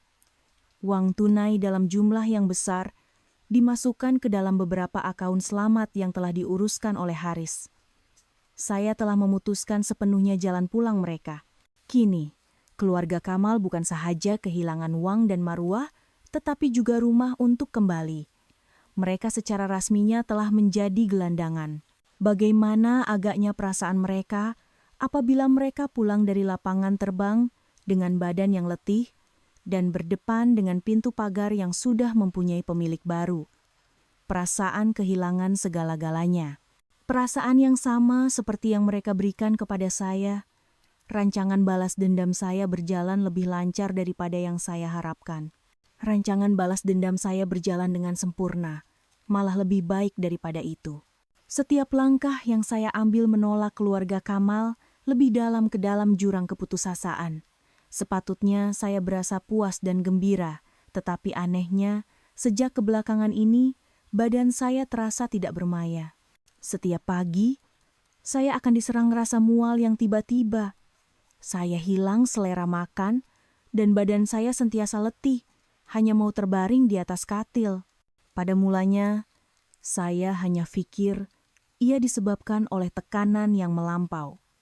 Peperangan ini telah meletihkan fisikal dan mental saya. Melihat saya yang semakin pucat dan kurus, ibu menjadi tidak keruan. Sofia, apa kata kita pergi buat pemeriksaan kesehatan? Macam nih, risau hati mak. Mak temankan, ya? Untuk menenangkan hati ibu, saya bersetuju untuk pergi ke sebuah hospital swasta. Selepas mengambil darah dan menjalani beberapa ujian, saya menunggu dengan debaran di hadapan bilik dokter. Setengah jam kemudian, seorang juru rawat memanggil nama saya. Seorang dokter wanita sebaya dengan ibu saya memandang saya dengan pandangan yang lembut. Dia meneliti keputusan ujian di komputernya, kemudian tersenyum dan berkata, "Tahniah, Puan Sofia. Puan tak sakit apa-apa, cuma ada berita baik." Telinga saya berdesing. "B, berita baik? Apa maksud dokter?" "Puan mengandung," kata dokter itu sambil tersenyum. "Dah masuk 5 minggu. Kantung kehamilan pun elok terletak dalam rahim, bayi sehat dan membesar dengan baik. Cuma alahan Puan agak teruk sikit, mungkin disebabkan oleh jenis badan. Nanti saya berikan vitamin dan nasihat tentang pemakanan ya." Mengandung. 2 patah perkataan itu bagaikan petir yang menyambar telinga saya. Saya tergamam, seluruh badan kaku, tidak mampu berkata apa-apa. Ibu yang duduk di sebelah saya berubah riak daripada terkejut kepada gembira, dan kemudian kembali risau sambil memandang saya. Saya tidak lagi mendengar apa yang dikatakan oleh dokter. Di dalam kepala saya hanya perkataan mengandung yang berlegar-legar. Satu nyawa kecil sedang membesar di dalam badan saya. Nyawa hasil perkawinan yang penuh penipuan ini. Ia anak saya, tetapi ia juga anak Zain Kamal. Seluruh rancangan balas dendam saya, kebencian saya, tekad saya yang sekeras keluli, terasa seperti runtuh dalam sekelip mata. Apa yang harus saya lakukan dengan anak ini? Haruskah saya melahirkannya? Membiarkan zuriat lelaki yang telah mengkhianati dan memijak-mijak marwah saya hidup? Dan setiap hari melihat anak itu untuk mengingati kesakitan yang tidak akan pernah lupa? Tetapi, jika saya menggugurkannya, saya menggigil. Anak itu anak saya, darah daging saya. Saya tidak mungkin sekejam itu. Saya keluar dari hospital seperti orang yang hilang akal. Tangan saya tanpa sadar menggenggam erat gambar imbasan ultra yang menunjukkan satu titik hitam kecil. Titik hitam yang kecil, tetapi membawa beban yang sangat berat dan menggoncang segalanya. Peperangan saya kini menjadi jauh lebih rumit daripada yang pernah saya bayangkan. Saya tidak lagi berjuang untuk diri saya sendiri. Saya kini perlu menentukan nasib satu nyawa yang tidak berdosa. Jalan di hadapan saya tiba-tiba terasa lebih kabur dan gelap berbanding sebelumnya. Beberapa hari selepas mengetahui saya hamil adalah hari-hari yang paling teruk. Saya mengurung diri di dalam bilik, tidak mau berjumpa sesiapa, termasuk ibu bapa saya. Konflik dalaman merobek-robek diri saya. Di satu sisi, naluri keibuan saya membuak-buak, mahu melindungi nyawa kecil di dalam kandungan. Di sisi lain, akal saya menjerit bahwa anak ini adalah satu kesilapan, satu ikatan sumpahan yang menghubungkan saya dengan keluarga Kamal. Rancangan balas dendam saya sedang menuju ke kemuncaknya, tetapi kehadiran anak ini membuatkan saya teragak-agak. Apa yang harus saya lakukan? Ketika saya sedang terkapai-kapai di dalam lautan keputusasaan, satu panggilan masuk dari nomor yang tidak dikenali. Saya tidak mahu menjawabnya dan mengabaikannya, tetapi nomor itu terus-menerus menelepon tanpa henti. Akhirnya, dengan perasaan geram, saya menjawab panggilan itu dengan niat untuk memarahi si pemanggil. "Halo, siapa nih?" "Puan Sofea ke? Istri kepada Zain Kamal?" Di hujung talian, kedengaran suara seorang wanita berusia yang rendah dan sedikit serak. "Ya saya." "Siapa nih?" Saya bertanya dengan waspada. "Saya Sakinah. Puan Sri Sakinah, macik kandung Zain." Saya terpaku. "Macik Zain, sepanjang saya mengenali keluarga Kamal, saya tidak pernah mendengar tentang orang ini. Setahu saya, bapak mentua saya adalah anak tunggal." Seolah-olah dapat membaca pikiran saya, wanita itu menyambung, "Mesti kamu terkejut kan? Abang saya, yaitu bapak mentua kamu, Dato Kamal, dah putuskan hubungan dengan saya lebih 20 tahun. Dia tak mau sesiapapun tahu tentang kewujudan saya. Jadi, kenapa Puan Sri telepon saya? Saya masih tidak menghilangkan rasa syakwa sangka. Beberapa hari ini, saya perhatikan apa yang kamu buat," kata Puan Sri Sakinah. "Saya tahu tentang suami kamu yang curang, tentang seluruh keluarganya yang menipu kamu. Semuanya saya tahu. Bagus apa yang kamu buat. Bekukan akun, bekukan rekod JPN, jual rumah, sangat berani dan tegas. Macam saya masa muda-muda dulu, ada nada pahit dalam suaranya. Saya telepon sebab saya nak bantu kamu," orang kata. "Musuh kepada musuh saya adalah kawan saya. Kita berdua ada musuh yang sama, yaitu keluarga abang saya. Kenapa saya perlu percayakan Puan Sri? Saya tak minta kamu percaya sekarang. Apa kata kita jumpa dulu?" katanya. "Saya ada beberapa benda menarik nak tunjukkan pada kamu. Dengan benda-benda nih, seluruh keluarga Kamal tak akan berani angkat muka lagi. Malam nih pukul 8, saya tunggu di sebuah kafe bernama Tenang di Bangsar. Datanglah." Selepas berkata begitu, dia menamatkan panggilan. Saya terduduk kebingungan. Pikiran saya bercelaru. Seorang makcik yang telah putus hubungan selama 20 tahun tiba-tiba muncul dan menawarkan bantuan untuk membalas dendam.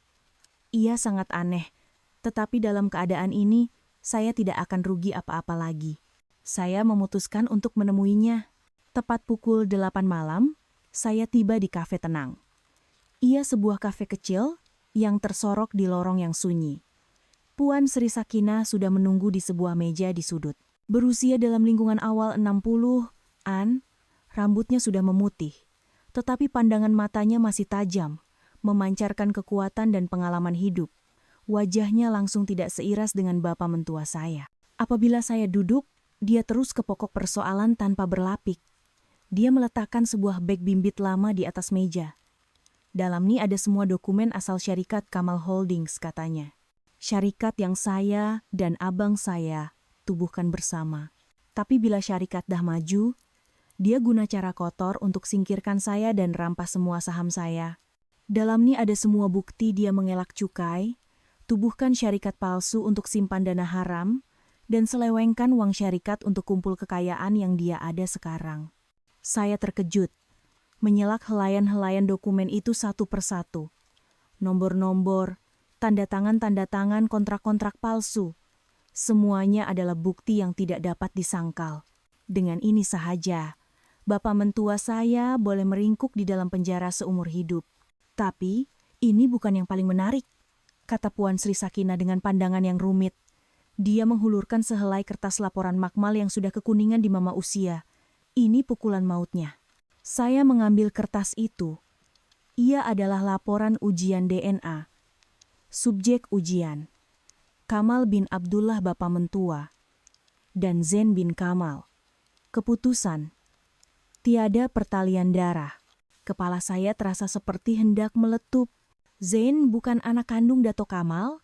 Betul, Puan Sri Sakinah seolah-olah dapat membaca pikiran saya. Zain tuh hasil kesilapan istri abang saya, yaitu ibu mentua kamu, dengan kekasih lamanya. Abang saya tahu tentang hal ini, tapi sebab nak jaga maruah keluarga dan perlukan seorang anak lelaki untuk warisi perniagaan, dia bersetuju untuk besarkan Zain macam anak kandungnya sendiri. Tapi, dalam hati dia, tak pernah sekalipun dia betul-betul sayangkan budak tuh. Sebab itulah dia sentiasa garang dan menekan Zain. Ini adalah rahasia terbesar keluarga Kamal, dan aib yang dia nak tanam seumur hidupnya. Sekarang, saya serahkan ini pada kamu, bagaimana kamu nak gunakannya, terpulang pada kamu. Saya memandang silih berganti antara wanita di hadapan saya dan bukti-bukti di tangan saya.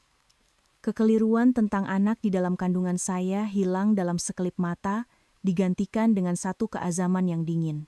Puan Sri Sakinah telah memberikan saya pedang yang paling tajam, dan dengan pedang ini, saya akan menamatkan segalanya. Percutian keluarga Kamal berakhir dengan sebuah malapetaka. Mereka pulang ke Kuala Lumpur pada tengah malam menaiki penerbangan tambang murah selepas terpaksa meminjam uang dari sana-sini. Bukan lagi kelas perniagaan seperti sewaktu mereka pergi. Semua akaun telah dibekukan, dan kad kredit telah menjadi kepingan plastik yang tidak berguna. Mereka pulang dalam keadaan marah, letih, dan sangat keliru. Kejutan pertama datang apabila taksi yang membawa mereka berhenti di hadapan banglo. Pintu pagar besi yang biasa, mereka lihat telah digantikan dengan pintu pagar lain yang lebih modern. Dan yang lebih teruk, sebuah keluarga yang tidak dikenali sedang memunggah barang masuk ke dalam rumah. Apa nih? Bapak mentua saya, Dato Kamal, menjerit. Siapa berani masuk rumah aku? Pemilik baru, usahawan itu, memandang mereka dengan pandangan yang tidak faham. Rumah Tuan? Saya rasa Tuan dah silap. Rumah ini milik saya. Saya dah beli secara sah, lengkap dengan pindah milik geran. Beli? Beli dari siapa? Ibu mentua saya menjerit dengan wajah yang pucat lesi. Daripada pemilik asal? Puan Sofia, jawab lelaki itu. Nama Sofia bagaikan petir yang menyambar keluarga itu. Zain terpaku di situ, seolah-olah hilang akal. Perempuan tuh berani jual rumah, berani potong jalan pulang seluruh keluarga. Dengan perasaan terhina, keluarga Kamal terpaksa mendaftar masuk ke sebuah motel murah. Kejutan kedua datang apabila Dato Kamal coba mengeluarkan uang dari akaun simpanan rahasianya dan gagal. Apabila pergi ke bank, mereka dimaklumkan bahwa rekod pendaftaran JPN seluruh keluarga telah dibekukan untuk siasatan polis, menyebabkan semua urus niaga tidak dapat dilakukan. Kehilangan rumah, kehilangan uang, dan kehilangan status sebagai warga negara, keputusasaan dan kemarahan mereka memuncak. Dalam keadaan yang semakin gila, hanya ada satu orang yang dapat mereka pikirkan. Saya. Mesti kerja perempuan tak guna tuh. Aku nak pergi cari dia.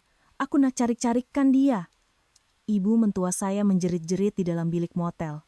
Zain, yang beberapa hari ini berada dalam keadaan panik, kini turut dipenuhi kemarahan. Dia tidak percaya bahwa Sofia, istri yang sentiasa lemah lembut dan patuh, mampu melakukan semua ini seorang diri. Pasti ada dalang di sebaliknya. Tetapi, siapapun dalangnya, dia mesti bersemuka dengan saya. Baik, kita pergi ke pejabat dia, kata Zain sambil mengetap gigi. Aku nak tanya depan-depan kenapa dia buat keluarga kita macam nih. Aku akan paksa dia pulangkan semuanya. Mereka tidak tahu. Itulah yang sedang saya tunggu-tunggu. Keesokan paginya, saya pergi bekerja seperti biasa. Tetapi hari ini, saya sudah bersedia. Haris telah menempatkan 2 orang pengawal pribadi berpakaian biasa di sekitar bangunan pejabat. Sepupu saya, Imran, juga telah memaklumkan balai polis berdekatan untuk bersedia campur tangan sebaik sahaja menerima isyarat. Di dalam bilik mesyuarat utama syarikat, sebuah proyektor telah sedia disambungkan ke komputer riba saya. Di dalam komputer riba itu terkandung semua bukti. Saya telah memasang perangkap yang sempurna, dan kelkatu-kelkatu yang bodoh itu sedang terbang lurus ke arah api. Saya duduk di pejabat, menghirup teh kamomil untuk menenangkan pikiran. Hati saya tidak berdebar walau sedikit pun. Tirai untuk drama terakhir ini akan segera dibuka. Saya adalah pengarahnya. Dan keluarga Kamal adalah pelakon utama dalam tragedi hidup mereka sendiri. Sejurus sebelum saya bertolak ke pejabat, saya menerima panggilan daripada Imran. Suaranya kedengaran teruja. Sofia, keputusan dah keluar.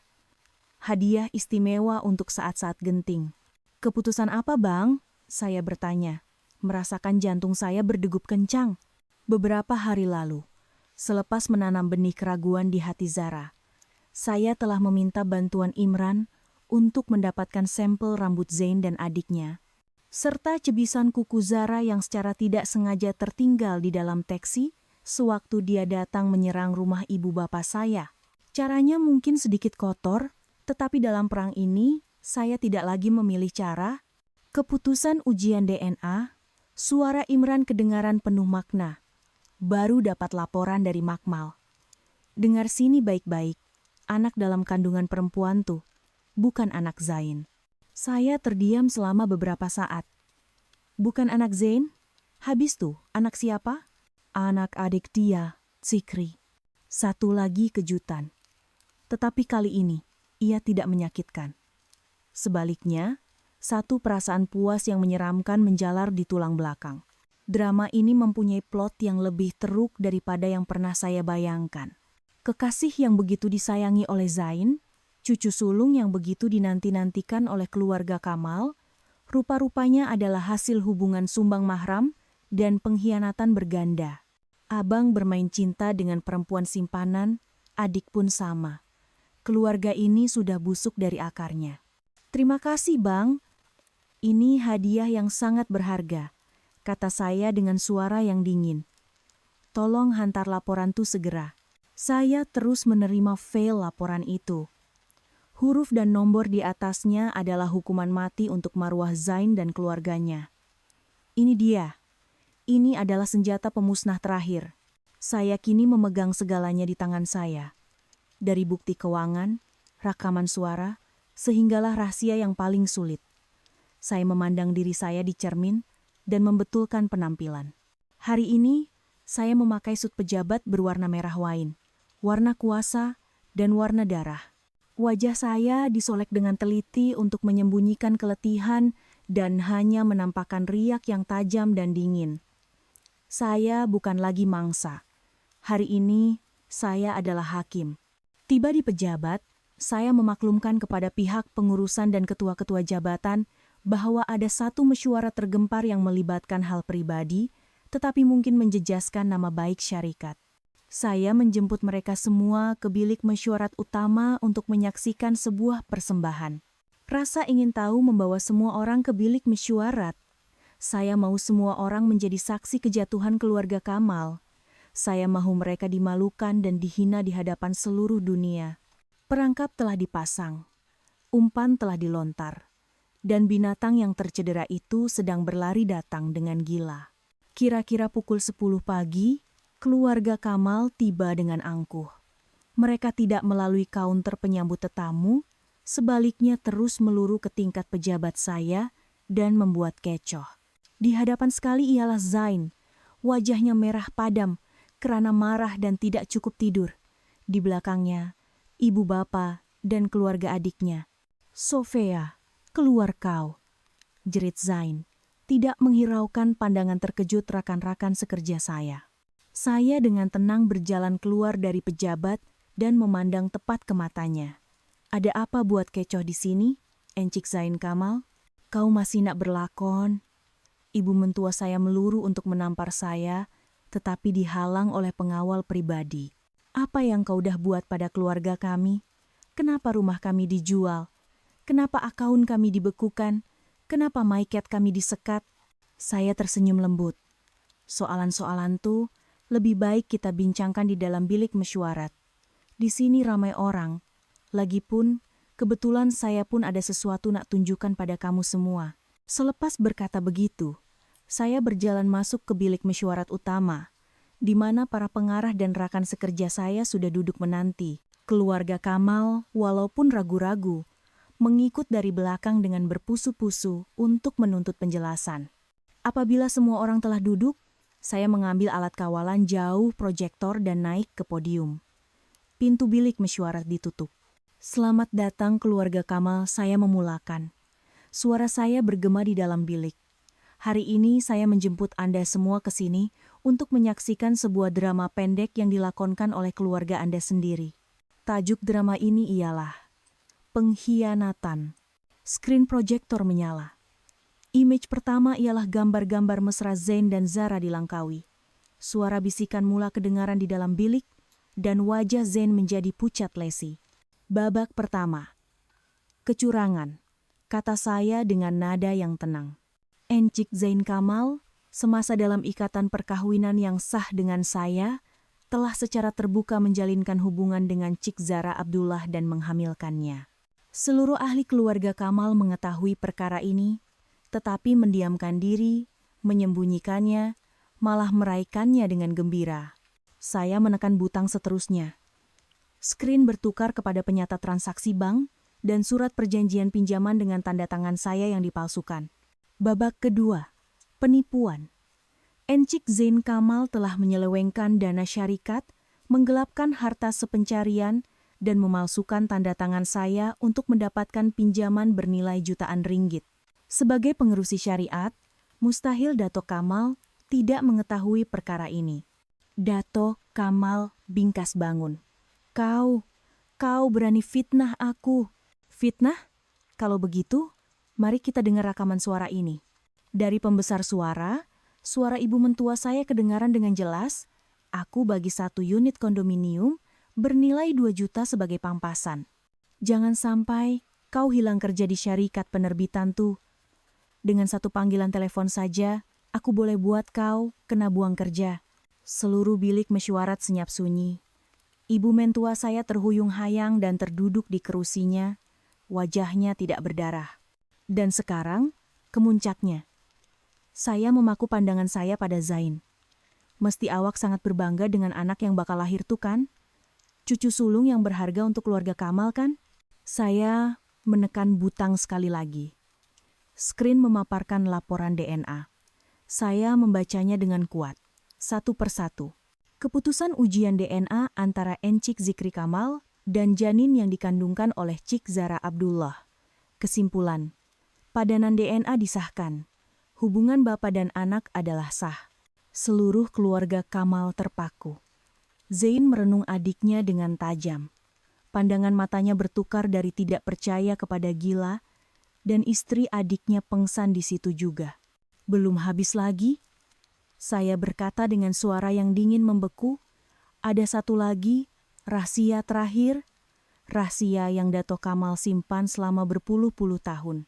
Saya memaparkan laporan DNA lama yang diberikan oleh Puan Sri Sakinah, Encik Zain Kamal. Anak lelaki yang sentiasa ditekan dan dilayan dengan garang oleh Dato. Sebenarnya bukan anak kandung Dato pun. Itu adalah pukulan terakhir. Zain hancur sepenuhnya. Dia menjerit seperti binatang yang cedera dan meluruh ke arah saya untuk mencekik saya. Aku bunuh kau. Tetapi, sebelum tangannya sempat menyentuh saya, pintu bilik mesyuarat terbuka luas. Pihak polis meluruh masuk. Jangan bergerak. Imran berada di hadapan sekali, dengan dingin mengenakan gari pada tangan Zain. Zain Kamal, Anda ditahan atas cobaan menyerang. Dato Kamal, Datin Zainab, Zikri Kamal, Anda semua diminta untuk ikut ke balai untuk siasatan lanjut di bawah akta penipuan, pecah amanah, fitnah, dan bersubahat dalam penipuan perkawinan. Seluruh keluarga Kamal diheret keluar di bawah pandangan terkejut kaki tangan syarikat. Drama telah berakhir. Saya memandang belakang mereka yang berlalu pergi dan tanpa sadar meletakkan tangan di atas perut saya. Ribut telah berlalu dan saya adalah satu-satunya yang terselamat. Insiden yang berlaku di syarikat penerbitan itu meletup seperti bom. Salah seorang rekan sekerja, saya telah merekam video konfrontasi itu secara senyap-senyap dan entah bagaimana, ia telah bocor ke media sosial. Dalam sekelip mata, kisah saya menjadi bualan hangat. Ahbar-ahbar dalam talian utama berlumba-lumba mengeluarkan tajuk berita, Ketua Jabatan Wanita, bongkar skandal kurang, penipuan, dan rahasia kelahiran mengejutkan keluarga kenamaan. Ribut media melanda dengan dahsyat. Tetapi kali ini, ia bukan menelan saya, sebaliknya mengangkat saya. Pendapat umum hampir 100% berpihak kepada saya. Orang ramai menggelar saya mawar berduri besi, memuji kebijaksanaan, kekuatan dan ketegasan saya. Mereka marah dengan perbuatan keluarga Kamal, mengecam kekejaman Zain, keangkuhan ibu mentuanya, dan korupsi sebuah keluarga. Komuniti wanita menjadikan kisah saya sebagai contoh teladan tentang bagaimana seorang wanita perlu melindungi dirinya dalam perkawinan. Di tengah-tengah ribut itu, saya memilih untuk berdiam diri. Saya mengambil cuti panjang dan pulang ke rumah ibu bapak saya, mengelak semua perhatian media. Satu-satunya perkara yang saya pedulikan sekarang ialah nyawa kecil di dalam kandungan saya. Petang itu, saya duduk di ruang tamu bersama ibu bapak saya. Ayah, yang baru saja selesai membaca artikel tentang saya, memandang saya lama. "Sofia, apa rancangan kamu tentang anak tuh?" tanya ayah dengan suara yang rendah dan tenang. Saya diam sambil mengusap perut. Ibu memegang tangan saya dan berkata dengan pandangan yang penuh kasih, "Apapun keputusan kamu, Mak dan Ayah akan sentiasa sokong. Kalau kamu nak lahirkan anak nih, kita akan jaga dia sama-sama. Dia cucu kami, darah daging keluarga kita. Dia tak bersalah." Air mata saya berlinangan mendengar kata-kata ibu. Betul, anak ini tidak bersalah. Yang bersalah adalah orang dewasa. Saya telah membalas dendam, dan orang-orang yang telah menyakiti saya telah menerima padanya. Saya tidak mungkin, karena kebencian saya, merampas hak satu nyawa yang tidak berdosa untuk hidup. "Sofia akan lahirkan dia," kata saya dengan tegas. "Sofia akan lahirkan dan besarkan dia dengan baik. Anak ini anak Sofia. Anak Sofia seorang." Ayah mengangguk sambil tersenyum lega. "Baguslah. Anak ayah dah betul-betul dewasa sekarang." Pada masa yang sama, seorang lagi watak dalam kisah ini membuat keputusannya sendiri. Zara, selepas melihat video yang tular dan mengetahui semua rahasia telah terbongkar dan keluarga Kamal telah jatuh, tidak teragak-agak walau sesaat. Dengan kelicikan seorang penipu profesional, Zara mengemas semua baki uang tunai yang pernah diberikan oleh Zen, mengemas bagnya, dan hilang tanpa jejak. Apabila polis tiba di kondominium mewahnya, yang menyambut mereka hanyalah sebuah bilik kosong dan papan nama kediaman keluarga Zain yang dicampakkan di atas lantai. Dia telah melarikan diri jauh, membawa bersama uang haram dan janin yang tidak diketahui nasibnya, meninggalkan hanya kekusutan untuk orang-orang yang pernah dia lafazkan janji setia. Beberapa minggu kemudian, apabila keadaan telah reda, saya menerima sepucuk surat dari Lokap. Surat daripada Zain. Dia mau berjumpa dengan saya. Haris menasihatkan saya supaya tidak pergi, tetapi saya berpikir sebaliknya. Untuk meletakkan noktah yang sebenar pada masa lalu, saya perlu bersemuka dengannya buat kali terakhir. Pada suatu petang yang mendung, saya pergi ke Lokap. Saya duduk menunggu di bilik lawatan yang dipisahkan oleh cermin tebal. Beberapa menit kemudian Zain dibawa keluar. Saya hampir tidak mengenalinya. Lelaki yang dahulunya segak dan angkuh, kini memakai pakaian Lokap yang longgar, rambutnya dipotong pendek, dan matanya cengkung karena tidak cukup tidur dan putus asa. Apabila melihat saya, dia meluru ke arah dinding kaca. Ada sekelumit cahaya harapan di matanya. "Sofia, awak datang." "Saya tahu awak akan datang," katanya dengan suara yang serak. Saya hanya duduk diam tanpa sebarang ekspresi. "Sofia, maafkan saya." Zain akhirnya menangis. Saya tahu apapun yang saya cakap sekarang dah tak berguna, tapi saya betul-betul minta maaf. Saya salah. Saya memang tak guna, manusia paling teruk. Saya dah kianati awak, sakitkan hati awak. Awak nak pukul saya ke, nak maki saya ke, tak apa. Tolong maafkan saya. "Maaf?" Saya tersenyum dingin. "Awak rasa kemaafan saya boleh ubah apa-apa? Boleh hilangkan luka di hati saya? Boleh buatkan keluarga awak terlepas dari hukuman undang-undang?" "Tak, saya tahu tak boleh." Zain menggelengkan kepalanya dengan putus asa. "Saya tak layak pun minta maaf. Saya ajak awak jumpa sebab ada sesuatu yang saya nak cakap."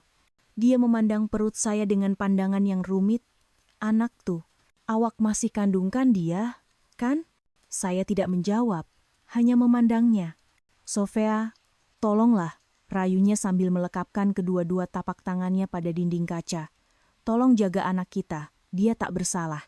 Dia darah daging saya. Tolong bagi saya peluang untuk jadi ayah dia, walaupun dari dalam penjara. Nanti bila saya keluar, saya janji akan kerja macam lembu untuk tebus semua kesalahan saya pada awak dan anak kita. Anak saya." Saya membetulkannya dengan suara yang dingin. "Anak ini anak saya. Tiada kena mengena dengan awak atau keluarga Kamal." Zain terdiam, tetapi kemudian mengangguk dengan pahit. "Ya, anak awak. Asalkan awak jaga dia, saya dah cukup bersyukur." Dia teragak-agak seketika. Sebelum merendahkan suaranya seolah-olah berbisik, "Ada satu lagi perkara yang saya mesti beritahu awak. Makcik saya, perempuan tuh, hati-hati dengan dia. Puan Sri Sakinah." Saya mengerutkan dahi. "Dia bukan orang yang semudah yang awak sangkakan," kata Zain. Ada ketakutan di matanya. "Dia benci keluarga kami, benci ayah saya. Dia tolong awak bukan sebab dia baik hati. Dia ada agenda sendiri, kekejaman dia awak tak boleh bayangkan. Hati-hati Sofia. Jangan jadi buah catur dia yang seterusnya." Selepas berkata begitu, masa lawatan tamat. Zain diheret pergi oleh warden, tetapi dia tidak henti-henti menoleh ke arah saya sambil mengulangi perkataan hati-hati. Saya ditinggalkan seorang diri, tenggelam dalam pikiran yang kompleks. Amaran daripada orang yang tidak boleh dipercayai, tetapi ia telah menanam benih keraguan di hati saya, Puan Sri Sakinah. Siapakah dia sebenarnya? Tetapi saya segera menggeleng dan membuang pikiran itu. Siapapun dia, apapun tujuannya, perang saya telah tamat. Mulai sekarang, saya akan hidup untuk diri saya dan anak saya sahaja. Masa lalu akan saya tinggalkan di sebalik dinding kaca yang tebal ini. Setahun kemudian, saya duduk di balkoni sebuah apartemen kecil yang cantik menghadap pantai Teluk Cempedak di Kuantan. Angin laut membelai lembut rambut saya, membawa bersama bau masin dan ketenangan yang luar biasa. Kuala Lumpur yang penuh dengan hingar-bingar dan kenangan pahit kini telah menjadi sejarah. Saya memilih bandar yang damai ini untuk memulakan hidup baru. Tangisan kecil dari dalam bilik mematikan lamunan saya. Saya tersenyum dan melangkah masuk. Di atas katil bayi yang putih, Seorang bidadari kecil sedang menggeliat. Anak saya mempunyai mata hitam yang besar dan bulat seperti saya, dan hidung yang mancung. Saya menamakannya Andika, dengan harapan hidupnya akan sentiasa damai dan bebas. Kelahiran Andika telah menyembuhkan semua luka di hati saya. Melihatnya tidur nyenyak, melihat senyumannya yang polos, saya sadar bahwa keputusan untuk mempertahankannya adalah keputusan terbaik dalam hidup saya. Selepas ribut berlalu, saya menggunakan uang hasil jualan banglo untuk menyusun semula kehidupan saya. Sebahagian saya simpan, sebahagian saya laburkan dalam beberapa bidang hartanah di Kuantan, dan selebihnya saya gunakan untuk menulis. Saya mencurahkan segala isi hati, kesakitan, kemarahan, kekuatan, dan perjalanan saya mencari semula diri saya ke dalam sebuah buku. Saya memberinya tajuk Bangkit. Tanpa disangka-sangka, buku itu mendapat sambutan yang luar biasa. Ia menyentuh hati jutaan wanita yang pernah atau sedang terluka dalam perkawinan. Bangkit menjadi buku terlaris tahun itu dan terus diulang cetak. Dari seorang ketua jabatan di syarikat penerbitan, saya sekelip mata menjadi seorang penulis terkenal dan sumber inspirasi. Dengan hasil royalti dan hak cipta, saya merealisasikan satu lagi impian.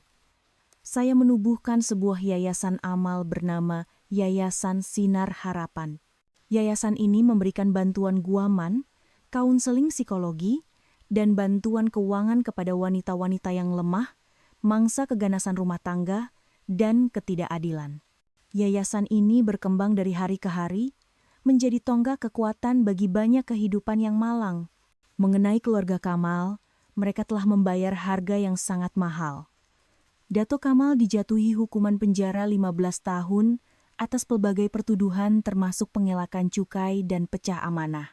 Kamal Holdings diisi-tiharkan muflis dan semua asetnya disita untuk membayar hutang. Zain dijatuhi hukuman penjara 5 tahun atas kesalahan menipu, bersubahat, dan cobaan menyerang. Adiknya, Zikri, juga menerima hukuman penjara. Datin Zainab, selepas menerima kejutan yang hebat, mengalami gangguan mental. Sebuah keluarga yang dahulunya gah, kini hancur sepenuhnya. Saya tidak lagi mempedulikan mereka. Hidup saya kini hanyalah tentang Andika, buku-buku saya, dan Yayasan Sinar Harapan. Dalam kesederhanaan itu, saya menemui ketenangan dan makna hidup. Yayasan Sinar Harapan mengadakan satu majelis kutipan dana di sebuah resort di Cerating. Sebagai pengasas, saya sibuk melayan para penderma dan tetamu. Andika, yang baru sahaja genap setahun, berada di dalam dukungan ibu saya, menjadi bintang majelis itu dan disayangi semua orang. Ketika sedang berbual, saya terdengar satu suara yang biasa di belakang saya. Sofea kan? Sofea Adila. Saya menoleh. Seorang lelaki tinggi lampai, berkacamata, berwajah cerdik dan baik hati, sedang tersenyum kepada saya. Saya terdiam seketika sebelum mengenalinya. Firdaus? Firdaus Keni? Ya, saya. Dia ketawa. Tak sangka jumpa awak kat sini. Saya dah baca buku awak. Sangat hebat. Dan saya dah dengar kisah awak. Awak sangat kuat dan luar biasa. Firdaus adalah rakan seuniversiti saya. Dia seorang yang pemalu dan baik hati, sering membantu saya dalam pelajaran secara senyap-senyap. Selepas tamat pengajian, kami terputus hubungan. Tidak sangka akan bertemu semula di sini selepas bertahun-tahun.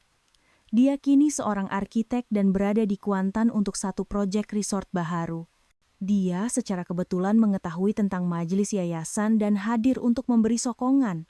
Kami berbual panjang tentang kehidupan dan perubahan masing-masing. Firdaus seorang yang pandai bercerita. Pandangan matanya ketika melihat saya dan Andika sentiasa terasa hangat dan ikhlas. Dia tidak mengungkit masa lalu saya yang pahit, sebaliknya hanya mendengar dan bersimpati secara senyap. Petang itu, ketika saya sedang menidurkan Andika, saya menerima satu message dari nomor yang tidak dikenali. Saya Zain. Saya mungkin akan dapat parol tak lama lagi. Boleh tak hantar sekeping gambar anak kita? Saya rindu sangat nak tengok dia. Saya membaca message itu tanpa sebarang getaran emosi dan memadamnya dengan tenang. Bagi saya, lelaki itu sudah mati. Beberapa hari kemudian, Firdaus datang ke rumah saya. Dia tidak membawa bunga atau hadiah mahal. Sebaliknya, dia menghadiahkan Andika sebuah model rumah kayu kecil yang cantik hasil buatannya sendiri. Andika sangat suka dengan mainan barunya itu, memeluknya tanpa mahu lepas. Firdaus duduk di lantai dan dengan sabar bermain dengan Andika. Pemandangan itu kelihatan begitu hangat dan damai. Dia mengangkat kepala, memandang saya, dan tersenyum lembut. "Sofia, mungkin masih terlalu awal. Tapi kalau awak tak kisah, boleh tak saya datang jenguk awak dan Andika dengan lebih kerap?" Saya memandangnya, kemudian memandang Andika yang sedang ketawa riang. Saya merasakan kehangatan mula menyelinap masuk ke dalam hati saya yang telah lama membeku. Saya tersenyum dan mengangguk. Pagi baharu sedang menjelang di bandar pantai yang indah ini. Tiada lagi ribut, hanya cahaya mentari keemasan, lautan biru, dan harapan untuk sebuah kebahagiaan yang baharu, utuh, dan bermakna.